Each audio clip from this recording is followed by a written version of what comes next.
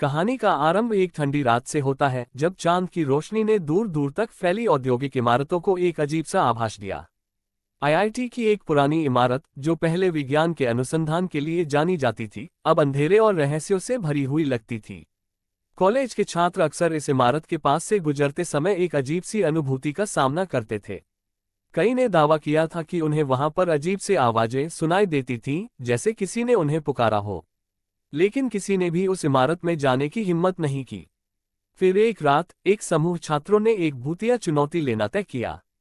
क्या वे वास्तव में उस इमारत में भीतर जाकर उस रहस्य से पर्दा उठाने में सफल होंगे, या क्या उन्हें चुड़ैल के शिकार बनने से बचने के लिए अपनी जान की बाजी लगानी पड़ेगी।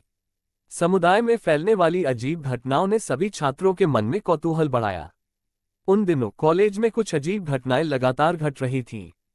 कई छात्रों का मानना था कि पुरानी इमारत में एक चुड़ैल का वास है, जो केवल रात में ही प्रकट होती है। पहले तो ये सब बस एक मजाक समझा गया, लेकिन जब एक छात्र अचानक लापता हो गया तो सबकी धड़कनें बढ़ गईं। वह था राज, एक प्रतिभाशाली छात्र जो हमेशा अपने अध्ययन में व्यस्त रहता था। उसकी लापता होने की खबर ने कॉलेज में हलचल मचा दी। छात्रों का एक समूह, जिसमें अंजलि, समीर और कृति शामिल थे, राज के लापता होने की गुत्थी सुलझाने का फैसला करते हैं। उन्होंने तय किया कि वे उस पुरानी इमारत में रात बिताएंगे। अंजलि ने कहा, अगर राज वहां गया था तो हमें जानना चाहिए कि उसने क्या देखा। हमें उसकी तलाश करनी होगी। समीर ने हंसते हुए कहा, क्या तुम सब सच में यकीन करते हो कि चुड़ैल जैसी कोई चीज होती है? ये बस एक कहानी है। लेकिन कृति ने गंभीरता से कहा, हम ये जानने के लिए भी जा रहे हैं कि क्या राज सच में वहां गया था। जैसे ही रात गहराने लगी, चारों दोस्त पुरानी इमारत की ओर बढ़े। इमारत की दीवारें काली और मुरझा चुकी थीं और घुमावदार सीढ़ियां जैसे किसी गहरी खाई की ओर ले जा रही थीं। इमारत से कटी हुई एक हवा ने सबके दिलों में डर की एक लहर दौड़ा दी। उन्होंने अपने मोबाइल फोन की टॉर्च चालू की और धीरे धीरे अंधेरे में प्रवेश किया। प्रवेश करते ही उन्हें एक अजीब सी ठंडी हवा का सामना करना पड़ा, जो जैसे उनकी आत्माओं को छू रही थी। दीवारों पर उकेरे गए अजीब चित्र और जिन पर धूल जम गई थी, शायद किसी राक्षस या भूत की तरह दिख रहे थे। चारों ने एक दूसरे की आंखों में देखा, जैसे एक अनकही बात सब समझ गए थे। सोचा, क्या हमें यहाँ आना चाहिए था?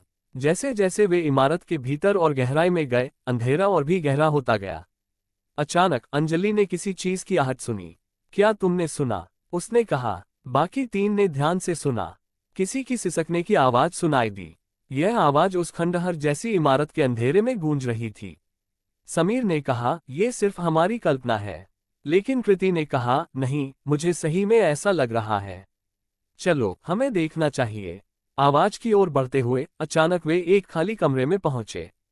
कमरे के बीचों बीच एक पुराना दर्पण था, जिसकी सतह धूल से ढकी हुई थी।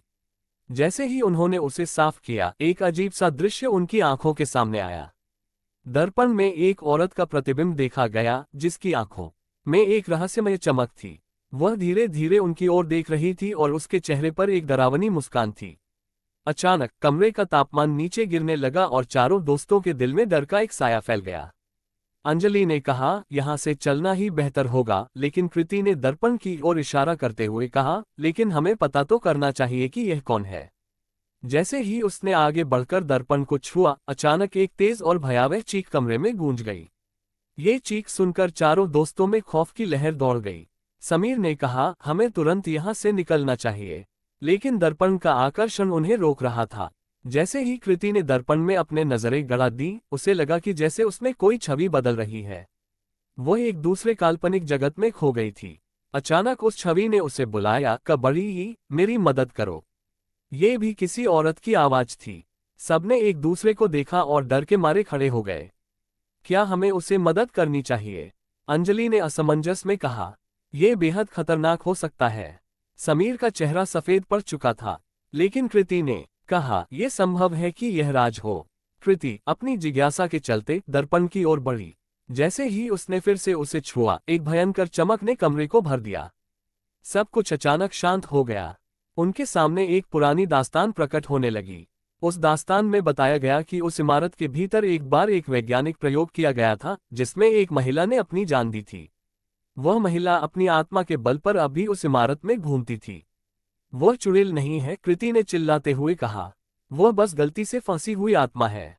जैसे ही उसने ये कहा, दर्पण में एक धुंधली छवि प्रकट हुई जो उन्हें राज के पास ले जा रही थी। लेकिन क्या वह सच में राज था या फिर कोई और? अब चारों दोस्तों ने दर्पण के माध्यम से राज को खोजने का निश्चय किया। वे उसके पीछे तौर तरीके से बढ़े और जल्द ही खुद को एक अंधेरी सुरंग में पाए। सुरंग की दीवारों पर अजीब अजीब चित्र बने हुए थे और चारों को महसूस हुआ कि कोई उन्हें देख रहा है। राज, उन्होंने एक साथ चिल्लाया। कहाँ हो? अचानक एक ठंडी हवा चली और राज की आवाज सुनाई दी, मैं यहाँ हूँ, मुझे बचाओ। चारों ने तेजी से आगे बढ़ना शुरू किया, लेकिन सुरंग में एक मोड़ आया और वहां पर एक काली परछाई खड़ी थी। वह परछाई धीरे धीरे इधर उधर घूम रही थी और चारों के लिए निकलने का रास्ता बंद कर रही थी। वे अब सामना करने के लिए मजबूर थे। कृति ने कहा, हमें डरना नहीं चाहिए, ये सिर्फ एक आत्मा है। सभी ने मिलकर एक जादुई मंत्र पढ़ना शुरू किया जो उन्हें याद था।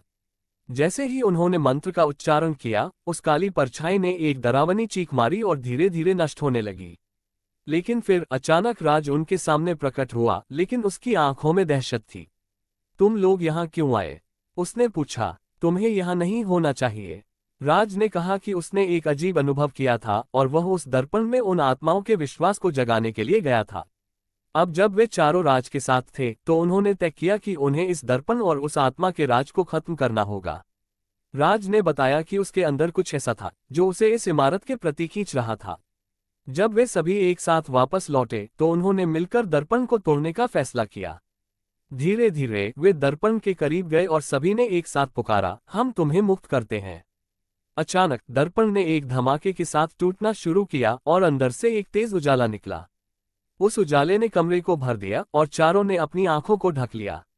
जब उन्होंने आंखें खोली तो पाया कि वे उस पुरानी इमारत के बाहर खड़े थे और पीछे कोई भी नहीं था। बाहर निकलते ही सभी ने राहत की सांस ली। अंजलि ने कहा, हमने इससे एक बड़ा सबक सीखा है।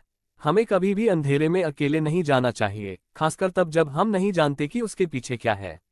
राज ने कहा, मैंने यहाँ जो अनुभव किया वो बेहद डरावना था, लेकिन अब हमें अपनी कहानी बतानी होगी। तब से उन सभी ने तय किया कि वे इमारत की कहानी को साझा करेंगे ताकि किसी और को ऐसी ही स्थिति का सामना नहीं करना पड़े। लेकिन इससे पहले कि वे चर्चाएं शुरू करें, अंधेरे में अचानक एक ठंडी हवा बहने लगी और चारों का मन फिर से डोल उठा। लेकिन उस रात के बाद कोई ऐसा नहीं मिला जिसने उस पुरानी इमारत में फिर से जाने की हिम्मत की। छात्र अब उन कहानियों को सुनकर डरते थे, लेकिन जिन लोगों ने वास्तविकता को देखा था उनके लिए ये सिर्फ एक कहानी नहीं थी।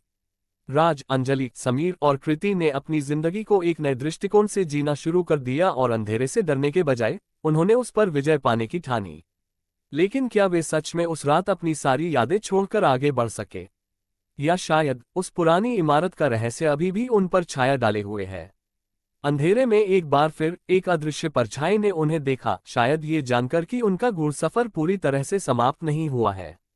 इस तरह IIT चुड़ैल की कहानी ने डर, जिज्ञासा और साहस को एक ऐसे अनोखे तरीके से जोड़ा कि जिसने सभी को सोचने पर मजबूर कर दिया।